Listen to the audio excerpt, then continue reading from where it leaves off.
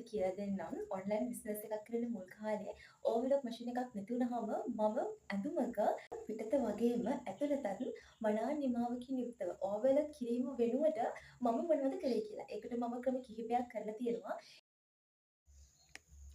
මේ වගේ පොඩි රෙදි කොටසකින් මම කියලා දෙන්නම්. ලොකු ඇඳුමක් තියාගෙන කියලා දෙනවට වඩා මේ වගේ පොඩි රෙදි කොටසකින් කියලා දෙන්නම්. මේ තියෙන දැන් හොඳ පිට තියලා මසාගත්ත ඇඳුමක් කියලා හිතන්නකො. මෙන්න මේ විදිහට තමයි අපිට අඟල් භාගයේ මෙහුම් වාසි වලට මෝට්ටු කරාම මෙන්න මේ විදිහට තමයි තියෙන්නේ. අපි බලමු දැන් මේකේ ඕවර්ලොක් එක වෙනුවට මම කොහොමද මේක මෙහුවේ කියලා. ඕවර්ලොක් කිරීම වෙනුවට මම කළේ මෙන්න මේ පැත්තෙන් මෙහෙම තියෙන දැන් මේ විදිහට ඇතුළට නවනවා එක වතාවක්. මේ විදිහට මේ පැත්තෙනුත් මෙහෙම නවනවා. මේ දෙක එකට කරලා මහන්නයි යන්නේ.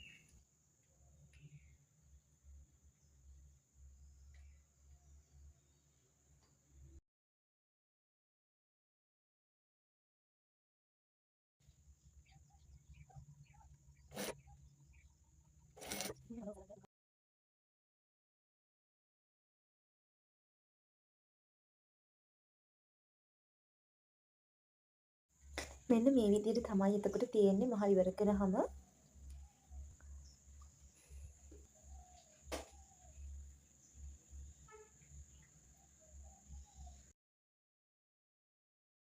දෙවෙනි ක්‍රමය තමයි මේ විදිහට මම ඇඳුම මහල ඉවර කරගන්න කලින් දෙපැත්ත මූට්ටු කරගන්න කලින් මෙහුම් වාසි ලකුණු කරගන්නවා. මම ඒකට අඟල් 3 කාලක ප්‍රමාණයක් ලකුණු කරනවා.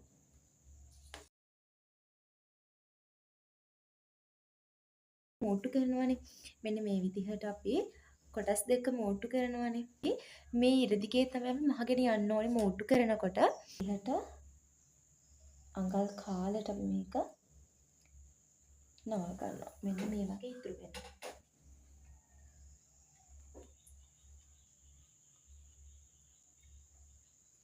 අඟල් කාල තියලා පොයින්ට් එකක ප්‍රමාණයක් විතර තියෙනවා.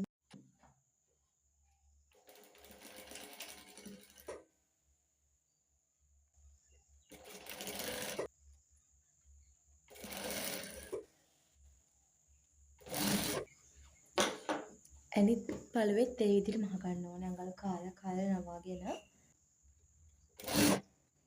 මේ විදිහට පළු දෙකම අරගෙන එක පිට තියලා දැන් දෙපැත්තම මම මේ විදිහට මහගෙන තියෙන්නේ. මේ විදිහට හොඳ පිට තියලා මේ ඉර දිගේ මසාගෙන යන්න ඕනේ. අපි සම්පූර්ණයෙන්ම තුන් කල නවල මහගත්තොත් එහෙම අපිට මෙහුම් වාසි වලට ප්‍රමාණයක් තවත් හරින්න වෙනවනේ.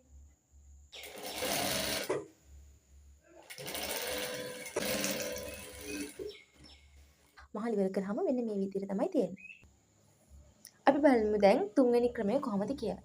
මේ කොටස මම මහගෙන තියෙන අගලක මෙහුම් වාසි තියලා හරිම ලේසි මහ ගන්න. මේ කොටස් දෙකම එකට කරලා මෙන්න මේ විදිහට නවන්න තමයි තියෙන්නේ.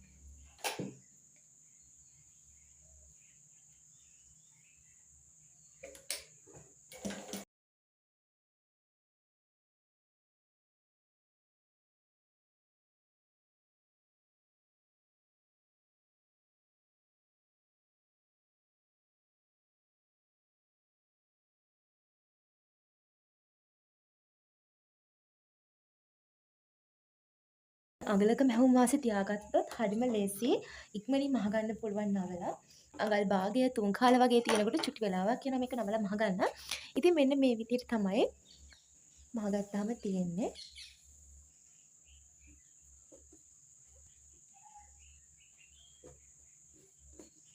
ඉතින් ඔය විදිහට තමයි මම ඕවර්ලොක් මැෂින් එකක් නැති මුල් කාලේ ඇඳුමක පිටත වගේම ඇතුළත මනා නිමාවකින් යුක්තව මසාගත්තේ. ඉතින් ඕවර්ලොක් මැෂින් එකක් නැති